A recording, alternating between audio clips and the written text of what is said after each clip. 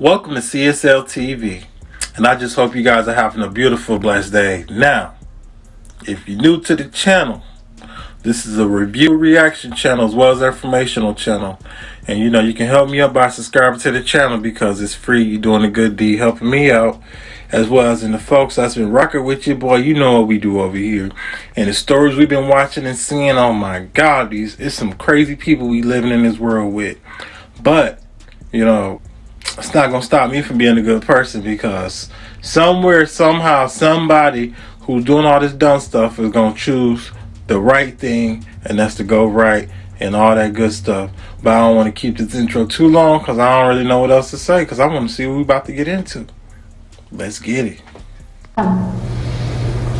There's no reason behind it. Like I said, I was intoxicated. I don't understand why it happened myself. Prisoners live by their own rules and sometimes their own justice system. Here are more prisoners who received a life sentence for killing their cellmates. Number 3, Christian Gonzalez. This is 24-year-old Christian Gonzalez, a reputed member of the Satan Disciples gang in Chicago. He was sent to jail on charges of attempted murder and assault. November 2019, Gonzalez and 4 other inmates attacked a rival gang member in the Cook County Jail. They stabbed him with a shank and stomped on him until he lost consciousness. Gonzalez then grabbed a Joker card and threw it at the victim, signaling more violence was yet to come.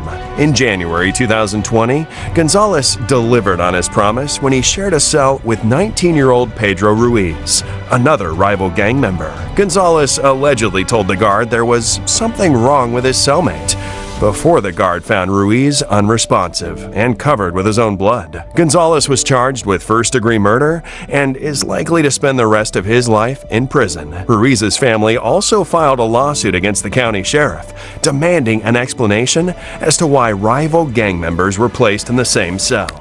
That do make you wonder why they was put in the same cell together. That's just kind of crazy, you know what I'm saying? They got gangs up in there and they letting them all be together, and it's man, it's crazy. I hear the stories, you know what I'm saying? I've never been inside prison myself. Never been inside a jail either. So the most your boy been in is a holding cell, and I just hope that I never have to go to jail, because we never know the cards are dealt with us every day that could make it where possibly we could be in there. You never know. Number 2, Anthony George. Do you think people should forgive you? I can't even forgive myself. Why would I want to forgiveness for them? This is 28-year-old Anthony George, a convict with a history of violent crimes. He's in the Elgin Middlesex Prison in Ontario, Canada, for counts of robbery and assault. In October 2013, George was seen choking 29-year-old Adam Kargas before he played it off like nothing happened. Hours later, inmates were returned to their cells, where George finished what he'd started. He repeatedly punched and stomped Kargas to death with no intervention from officials. George then cleaned the crime scene and dragged the body to the shower. Kargas's face was mutilated beyond recognition, and even his mother had trouble identifying him. What bothers me the most is that he was begging for his life. Begging. And other inmates were begging, help Adam, please, please help Adam. They didn't do their job. There's no excuse. I don't know how they sleep at night. I know I don't. I have nightmares. It was revealed that during the assault, George was heavily drunk on Jailhouse Brew, an alcoholic drink which inmates made out of dried fruits and bread. Why did you kill Adam? There's no reason behind it. Like I said, I was intoxicated. I don't understand why it happened myself. I'm never touching alcohol again. What? I said I'm never touching alcohol again, man. You stopped drinking? I don't want to be involved in a situation like that again. And if alcohol's on my triggers, I don't want that inside my system. George pled guilty to second-degree murder and was sentenced to life in prison with the possibility of parole after 10 years. And that's crazy. Dude was in there for just some crazy robbery, and now you got a full murder on your hand now. I don't know why they don't do blood samples or fingerprints or some other way instead of letting somebody see a messed up body. Like, that's the last memory you want to see of someone, you know what I'm saying? Like, if they face is stuff that messed up, y'all got other ways, hair follicles, teeth. You know, you shouldn't let this woman see her son the way she had to identify After him. 10 years. Number 1. Jaime Osuna. In 2011, Jaime Osuna was accused of murdering a 37-year-old mother of 6 named Yvette Pina in Bakersfield, California. He denied the murder and claimed insanity for 6 years in court. In March 2017, Osuna eventually entered a guilty plea to avoid the death penalty.